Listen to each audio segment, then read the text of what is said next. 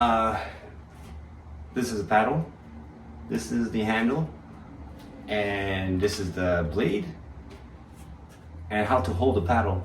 So the top hand, all it does is it keeps some pressure and control on the paddle so that we're always pulling in a controlled angle.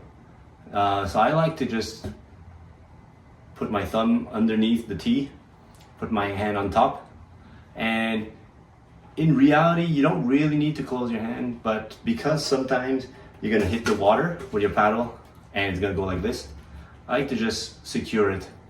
It's not death grip, just make sure it doesn't get out of here. And the bottom hand, I like to have it about one fist up. We try to go one fist up from the blade. You can see here, I might have gone a little higher than one fist up. It varies, but typically I like to have it about here and top hand here. Just doesn't have to be too hard of a grip. This is where I like to have some grip tape so that it doesn't slip, and then I can trust that the paddle is not going to slip and I don't have to death grip it. So I just hold it lightly like this, and then I can go in and take my stroke. Right, so this is about it. Typically in Vancouver, because of the salt water and the technique that is most common here, the guys are gonna have paddles around 49 to 51 inches, and girls will have about 47 to 49 inches paddle. So try it out and see how it feels, and if your top hand is too low or way too high, that you no longer get blood in your hand. Second point is how to sit. So the technique that we're introducing this year uses a lot of rotation, and because we're rotating from the hips and the whole body, you can see the forward leg, at least you should have your exterior leg so that it can help de-rotate and maintain the boat solid, push the boat forward when you're de-rotating.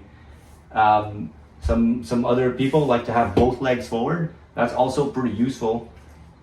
The outside leg would be mostly handling the rotation, and the two legs would be handling the anchor or hinge part of the stroke, which kind of does a deadlift. So we're not gonna talk about the hinge or anchor today because we haven't introduced it in our sessions, but we're also gonna see in later parts of the season that we're gonna start alternating during a race piece between 90% anchor and 100% rotation versus 90% rotation, 100% anchor, and so that you can kind of switch regime between muscles and it essentially let some muscles rest while the other ones are working 100%. Then you can really last 10 minutes.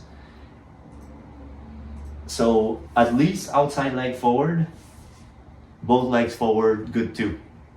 But inside leg only, it's a bit hard to actually push the boat forward as you're rotating. So outside leg forward, at least. The lean. So the lean that we have, we're at the beginning of our stroke. This is part of the anchor, is that we're gonna be fully lean forward and going in the water. You can see it's a lean that has rotation as well, but also we need a side lean, because if I don't lean to the side, it's pretty hard to have a good pull, and I want my paddle to be perpendicular to the water.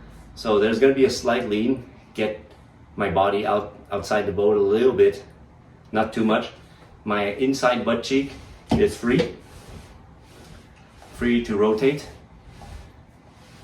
It's the bone that's off the seat.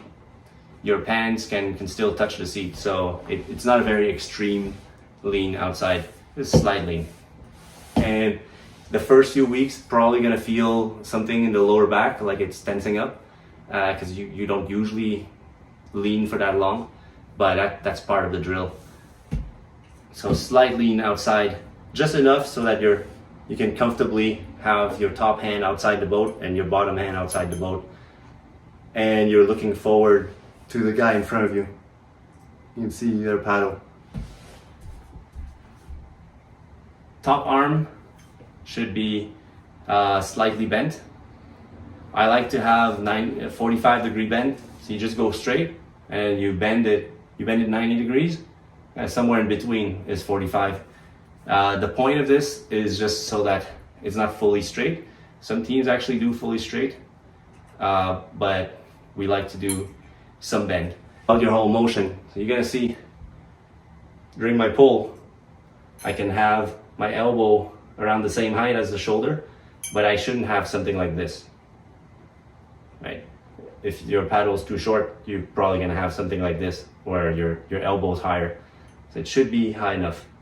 Hand should always be higher than elbow.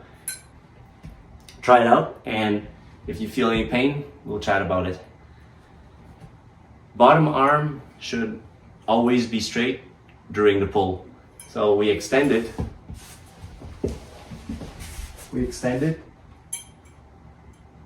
And throughout the pull, my bottom arm is straight. In the recovery, I can bend things, but mostly straight.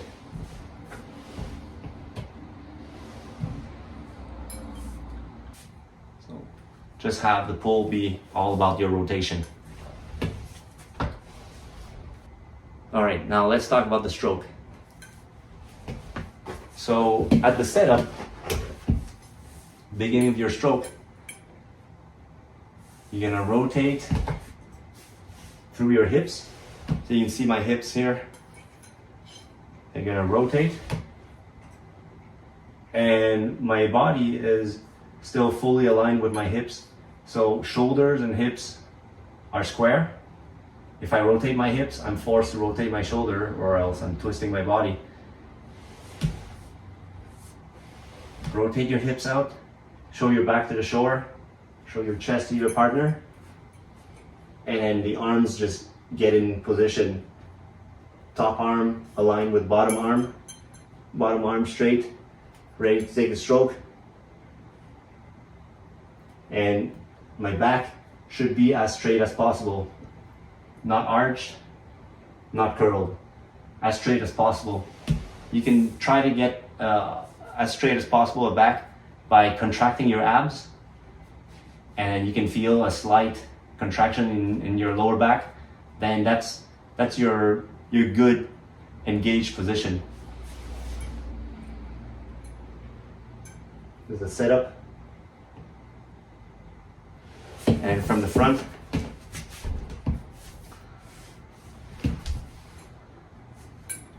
we're sitting square here.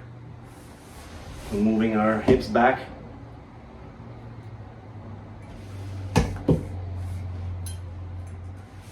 Move your hips and rotate your back. Reach forward, and we just place the paddle in there. Top hand, bottom hand are aligned. Looking forward, and your hips are rotated along with your body. Your head should be up, looking at the person in front of you.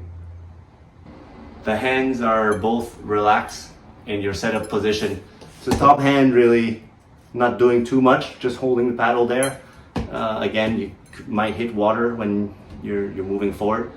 The blade should be about 2 inches off the water.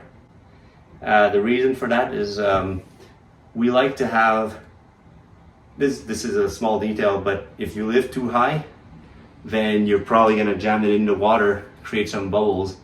Also, there's gonna be timing issues because the person behind you might be raising less and they're moving at the same time as you. So there's gonna be a slight out of time, and person behind them might again be out of time, and it creates a nice caterpillar, you call it. So we're gonna target 2 inches above the water, and you will once in a while hit the water when you recover. and that's just part of the game. So don't worry about it. In motion, along with the rotation. So if I'm just rotating, this is what I get.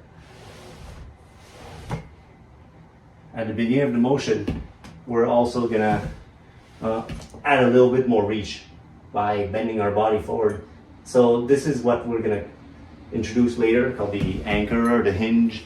I see a lot of people on this team love doing that already.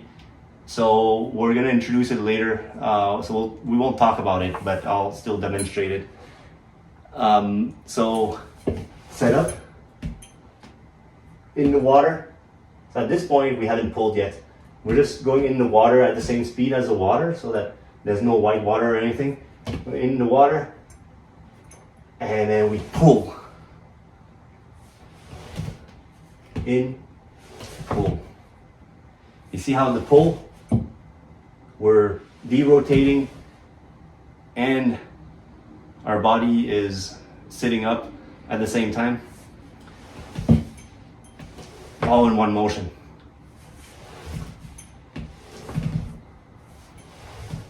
All in one motion.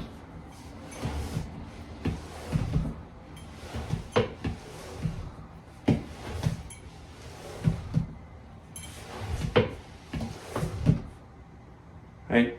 And you can also see where I'm stopping here. It just doesn't feel natural to continue past here, which also means that I'm gonna have to put a whole lot of effort to actually be accelerating past this point. So typically, we're gonna want to get out of the water when we're not accelerating anymore. If I know that I'm definitely not accelerating when I'm here, I should probably get out around here, right? So this is where we want in the water, we accelerate, and then we get out. And set up, in, accelerate and pull out. In, accelerate and pull out. In, accelerate and pull out. In, accelerate and pull out. And you can see every stroke derotating, derotating. So to get your paddle out, or in the stroke here, when you're accelerating, the speed at the beginning should be lower than the speed at the end of your motion. This should be maximum speed when you get out aggressively. If the speed in front is higher than the speed at the back, that means that you decelerated. So you're not pushing the boat forward anymore, you're holding the boat back. So we want to get out when we're no longer accelerating. Get out. Right around mid-thigh. All right, now the final part of the stroke is the recovery. There's a lot of schools of thought here, but the whole idea is get your paddle out of the water without dragging, get it out, and then get it back to the setup position. Some people talk about snapping it out. So that would look like this. You snap it out to the front, and then you're kind of just waiting. But you see, like, what I don't like about that is that it's mostly an arm motion, and I'm not moving my body necessarily. So what Martin introduced a few weeks ago is to lead with the elbow. And that's very nice because that forces you to rotate to set up. So you put your paddle in, and when you get out, you see how the hips are rotating first, and my wrist is kind of just relaxing now. And then at the end of the motion, cherry on top, we just snap it out here, way at the end, to be ready for the setup.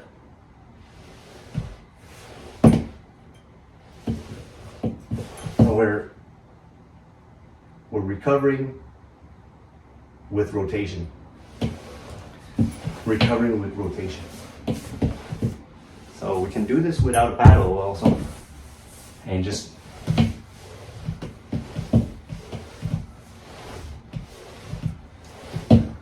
just like that figure eight we did in the warm-up. Painting.